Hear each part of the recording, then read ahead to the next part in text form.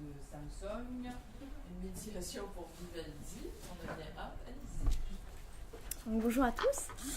Je tiens à vous préciser que je ne suis pas sponsorisée par Samsung ni par une quelconque maison d'édition pour ce colloque.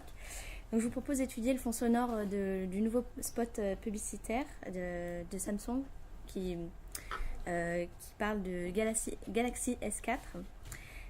Et donc c'est un extrait du concerto pour violon Les 4 saisons d'Antonio Vivaldi, une œuvre classique qu'on ne présente plus. Le contenu de l'annonce vante les mérites technologiques du téléphone, sa qualité de photographie, son tactile ultra sensible et son image plus que nette. Il n'y a pas de voix off, seulement la musique qui est très puissante, d'où l'intérêt de cette publicité pour le rôle important de la musique. Donc je vais vous passer la publicité.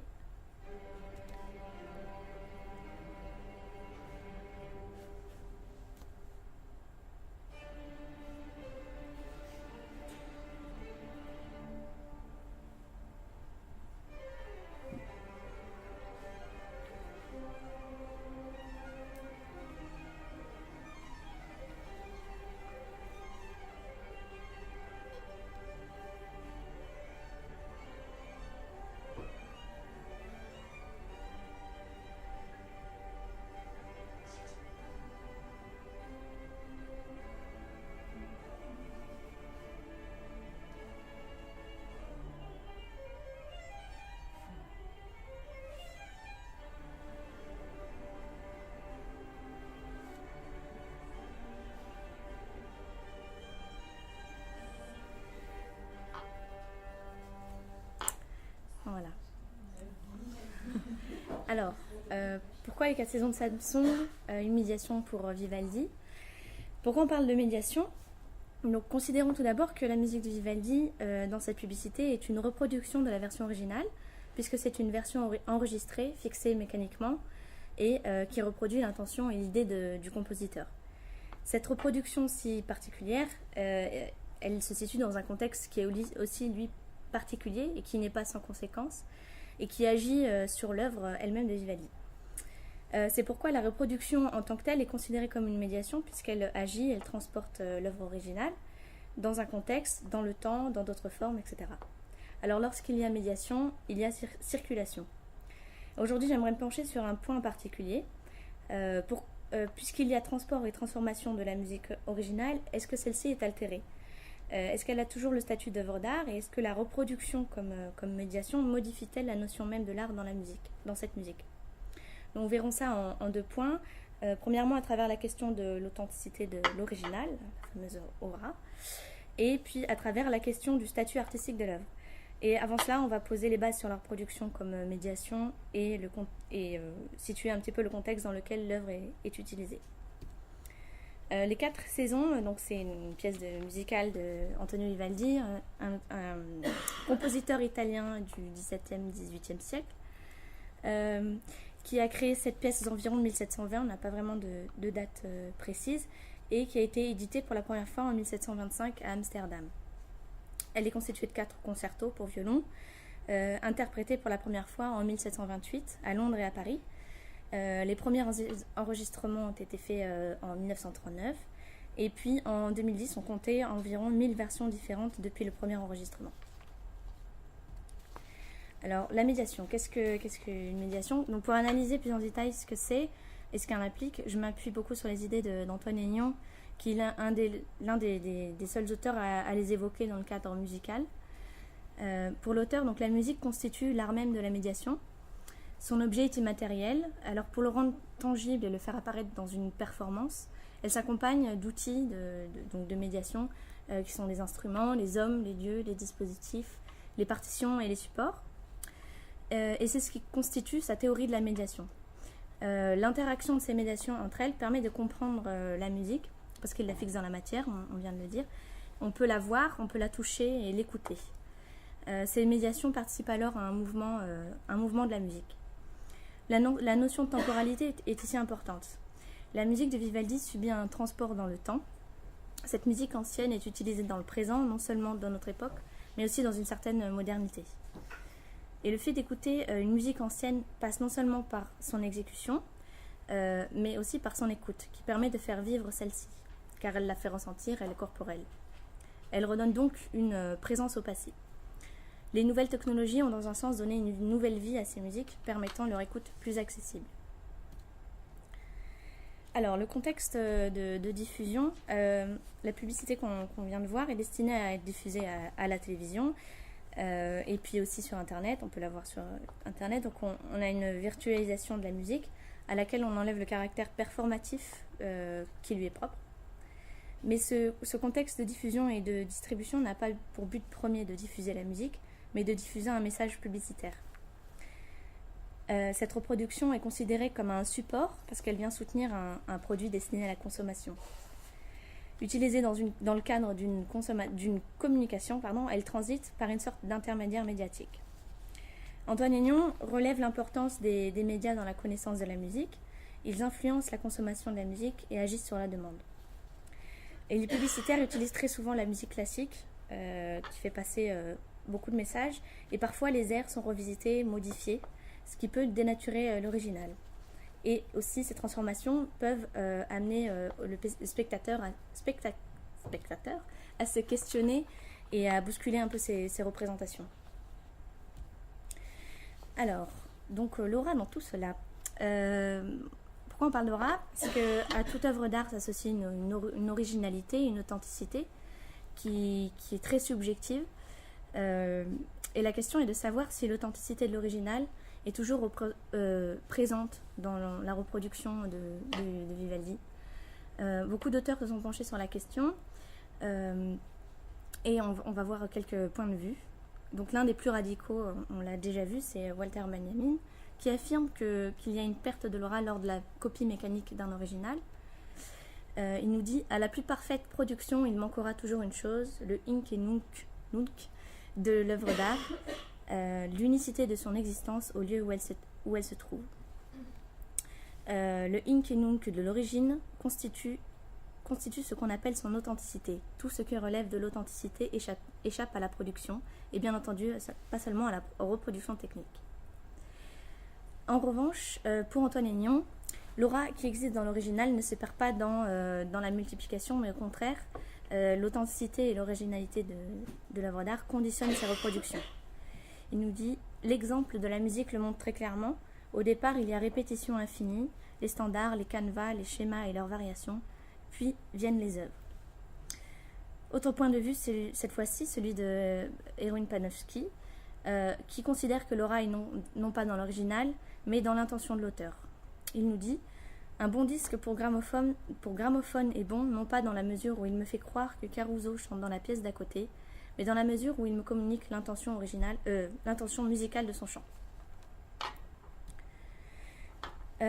Donc on a une certaine obsession de l'original, on souhaite voir le vrai de nos propres yeux, de nos propres oreilles. Il y a comme une starification, je ne sais pas trop si ça se dit ce mot, mais je le trouvais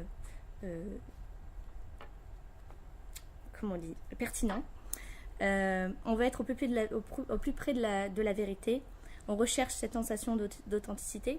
Quand on se déplace, par exemple, pour aller voir la Joconde, on veut se dire, je l'ai vu au moins une fois dans ma vie, la vraie, l'original. Pour la musique, c'est la même chose. On peut se dire, j'ai vu ce groupe en vrai. Et ce déplacement pour l'original, ce déplacement physique, est dû à l'impact des copies et des reproductions qui ont participé à cette idolation, à cet effet de rareté et de précieux, comme Bruno Latour nous l'explique. Pour Françoise Benamou, également, l'originalité de l'œuvre ne se perd pas avec ses multiples versions, au contraire, elle contribue à la créer en mettant le talent en vedette. Et puis, face au marché imprévisible auquel les industries culturelles sont confrontées, elles adoptent des politiques de concentration d'activité, comme par exemple l'adaptation d'un livre adapté au cinéma, donc on en fait un scénario, ou bien encore la musique d'un film qui est enregistré et vendu à des millions d'exemplaires. Ici, la musique de Vivaldi a été enregistrée de nombreuses fois, et elle est associée à une publicité. Donc là, on voit que les industries culturelles créent des liens avec le monde télévisuel. Alors, la reproduction donne lieu à des mélanges. Elle agit sur l'original car elle la met en scène d'une autre manière, dans d'autres conduits, dans d'autres canaux, pour un autre public. Mercantilisme de la musique versus nature de l'objet musical. Dans un contexte en fait où la société de masse domine les modes de consommation, on peut se poser la question de savoir comment une œuvre d'art, une œuvre musicale survit à cette société. On le sait, Bourdieu nous le rappelle, un bien culturel ne peut être assimilé ni traité comme un bien quelconque. Il doit être traité de manière individuelle, ce qui en fait son exception. Alors comment la musique de Vivaldi peut-elle survivre dans un contexte purement commercial à travers sa reproduction ? Hannah Arendt nous dit également, et cela complète les idées de Bourdieu, que la société de masse a transformé les produits culturels en loisirs, qui servent maintenant à passer le temps de l'oisiveté. En effet, ils sont devenus des produits destinés à être consommés rapidement, à peine achevés, dans l'idée d'épuiser les stocks. Alors, il y a un danger, elle nous dit, si la nature de l'objet musical est altérée, lorsqu'ils sont réécrits, condensés, digérés. Moi, je pense que la musique de Vivaldi ici ne perd pas le pouvoir d'émouvoir ni d'arrêter l'attention, parce qu'un objet est culturel si la durée de sa permanence est éternelle. Ici, Vivaldi traverse les époques.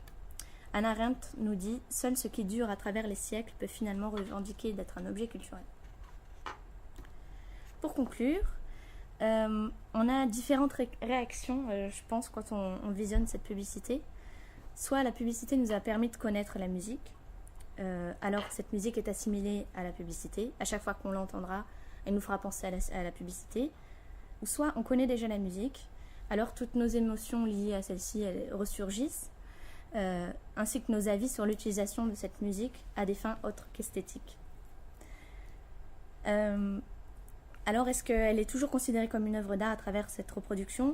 Je pense que oui, puisque dans tous les cas, cette copie enregistrée transporte l'original, dans le sens où cette reproduction si particulière agit sur l'œuvre. Elle la fait ressortir du passé, la fait sortir de son contexte traditionnel, mais elle ne l'altère pas ni ne modifie sa nature. Soit elle nous la fait connaître, soit elle nous rappelle qu'elle existe et qu'elle traverse toutes les époques.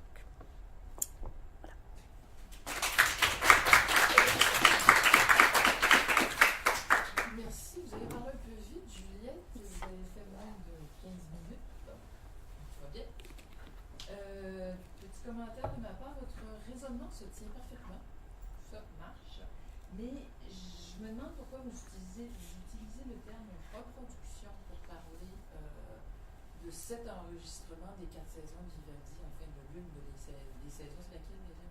C'est l'été. L'été, qui accompagne la publicité de Samsung. Pourquoi vous dites reproduction ? Parce que j'avais pas d'autre mot en fait. Enregistrement. Et Lyon l'utilise, si je ne me trompe pas, enregistrement parce que, et je crois que vous le comprenez bien parce que vous avez bien saisi ce qui est médiation chez Enion. Et parfois, l'exécution, parce qu'il s'agit de ça, c'est une exécution enregistrée finalement. Parfois, l'exécution devient elle-même un largement de médiation. L'enregistrement en est une. Donc, dans la mesure où c'est une œuvre allographique, précisément, c'est pas une reproduction, mais bien une exécution enregistrée. Okay. Donc, je pense que la nuance mérite d'être faite, parce que, comme je vous dis, votre raisonnement se tient, sauf que cette idée de reproduction est un peu en porte-à-faux par rapport à votre raisonnement global. Et vous finissez en posant la question si l'œuvre reste une œuvre d'art. Vous avez raison de dire qu'elle survit. Je vous avais déjà dit que Bourdieu la prend comme exemple d'un passage d'une œuvre classique au champ de grande production. Il y a déjà très longtemps de ça. Je pense que c'est dans la distinction en fin des années 70. En tout cas, ça date il y a quelques décennies. Et vous voyez, on reprend encore cette chose dont on n'a pas fini de l'entendre. Voilà. J'ouvre à vos collègues les questions. Moi, c'était plus une question au niveau de la réception et de pourquoi utiliser cette musique. J'ai un petit élément de réponse, puis il faut que tu me dises si c'est bon ou pas, mais moi j'ai l'impression que Samsung utilise cette musique pour donner un caractère noble à leur nouvelle série de marques de téléphone portable, peut-être pour toucher aussi tous les publics, parce qu'on utilise une musique dans la culture pour l'appliquer à un objet de basse culture. Je sais pas ce que tu en penses. Ben, c'est vrai que ça le fait monter en gamme, quoi, le portable, je trouve. Ça fait très élégant, très... Cette musique, enfin la musique classique, elle est considérée comme... elle est associée en général au luxe, en fait, à la tradition, etc. Et là, on voit clairement que ça le fait vraiment mettre en valeur. Mais après, je sais pas si c'est vraiment l'intention première. Parce que, je sais pas, quand t'as vu cette pub, t'as ressenti quoi? Est-ce que t'as senti ça comme un produit inaccessible, trop cher du coup, parce qu'il est trop luxueux? Ou est-ce que... Ah. En fait, ça change des autres publicités. On va mettre de la musique pop et jeunes. En fait, ça s'adresse directement aux jeunes. Que là, pour moi, comme tu dis, ça serait plus un objet un peu dispendieux, un peu de luxe. Mais Alors quel en fait, intérêt? de savoir quel effet c'est censé produire sur le public exactement. Pourquoi cette musique ça aurait pu en choisir une autre. Moi, je pense que c'est juste parce que c'est une musique très forte en émotion.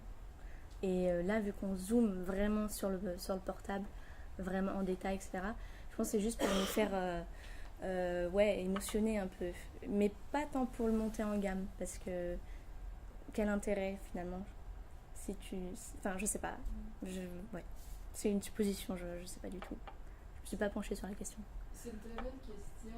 En fait, on saurait simplement si on questionnait les producteurs de la publicité en question. Mais c'est une très belle question. Il y a un point de bascule. Vous dites que ça fait monter l'appareil en gamme, mais on est devant une production d'élite qui est devenue quelque chose qui est du champ de grande production. Vous avez vraiment un joli point de bascule. C'est très intéressant cette question. Je n'aurai pas de réponse aujourd'hui, malheureusement. Si vous n'en avez pas d'autres, moi je vais continuer. Mais moi, je peux. En fait, c'est pour parler de Laura. Pour parler de Laura. En fait, je suis tombée là-dessus avant hier en faisant mon travail. C'est un genre de compte rendu de Nathalie Heineck sur de la visibilité. Et elle dit qu'elle refute justement la perte d'aura par rapport à reproduire par la photographie et affirme au contraire que c'est la reproduction photographique des œuvres d'art qui leur confère leur aura. Et je ne sais pas si ça pouvait t'aider dans ton contexte à toi, mais ça me semblait vraiment intéressant parce qu'il dit que c'est-à-dire que c'est un écart déterminant entre l'original unique et l'ubiquité des répliques. Tout laisse à penser que son dernier opus est le déploiement de cette intuition initiale, comme elle explique dans son grand réseau. Je ne sais pas si tu voulais que je t'envoie ça, mais ça me faisait penser à ça, justement, que ce soit photographique, peut-être vidéo, c'est peut-être la même théorie, en fait, qu'on peut appliquer peut-être à ça, de dire justement qu'elle a tellement été reproduite, ça lui confère une certaine aura. Et c'est ce qu'ils disent, là, Aignan et la tour aussi. Enfin, oui, la tour. Mais en fait, c'est pas dans de la visibilité, ça.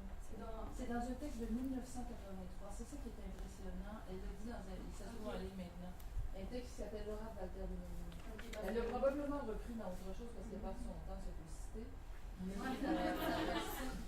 c'est dans une discussion de l'ouvrage de la visibilité par Daniel van der Boe. Oui, c'est parce que comme je vous disais, elle a dû s'auto-citer. Mais c'est impressionnant parce qu'en 83, elle le dit. Ça semble prendre le fameux texte de Benjamin à rebrousse-poil, mais c'est pas vrai. Okay. Il le dit ça aussi quelque part. C'est juste qu'on le prend du côté négatif positif, c'est parce que Benjamin est ambivalent et c'est dans l'œil du regardeur finalement ce choix-là se fait. Mais oui, c'est des munitions pour vous, bien entendu, parce que la tour est très certainement honnête, vous devez connaître ce texte de Nick. Je pense qu'on s'amuse beaucoup là, chez nos sociologues français à centre du stock qui n'est pas. Mais oui, très pertinent. J'ai d'ailleurs eu beaucoup de plaisir à regarder cette pub parce que les dernières images, on nous amène à la Tour Eiffel. Ce serait un cliché aussi intéressant que la Joconde, il me semble. Et à travers tout ça, vous voyez, il y a voyage. Et là, il y a l'index qui fait souligner les photographies. Et il y en a une qui apparaît vers la toute fin, qui est celle de Moraine Lake, qui est un lac dans les Rocheuses canadiennes, qui est une vedette absolue dans le monde entier. J'ai travaillé sur cette image parce que c'est toujours la même image depuis la fin du 19e siècle. Je ne sais pas si vous l'aviez remarqué, probablement pas. Ça aussi, c'est une icône un peu plus secrète que la Tour Eiffel, mais qui marche aussi bien. C'est fascinant cette publicité, il n'y a pas juste les boutiques. Oui, du coup, je me suis pas du tout concentrée dans le fond. Comment vous dites? Je me suis pas du tout concentrée dans le fond. Vous regardez ouais. les images, c'est fascinant. Je veux dire, tout ce qui passe là-dedans, c'est un beau résumé de la société dans laquelle on vit. En fait, ce qu'on tente de nous faire consommer, dans le fond. Encore une fois.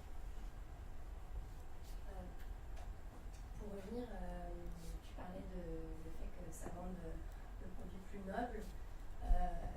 C'est marrant parce que je trouve qu'il y a une espèce de double accessibilité déjà le fait de transposer l'enregistrement dans notre société de culture de masse, de produits de masse, et l'accessibilité. Je vais avoir du mal un peu à m'exprimer, mais je trouve qu'il y a cette idée d'ubiquité, d'accessibilité qui est à la fois représentée dans la musique de Vivaldi, qui va transcender le temps, les époques, qu'on va entendre partout et n'importe où, et l'ubiquité du produit,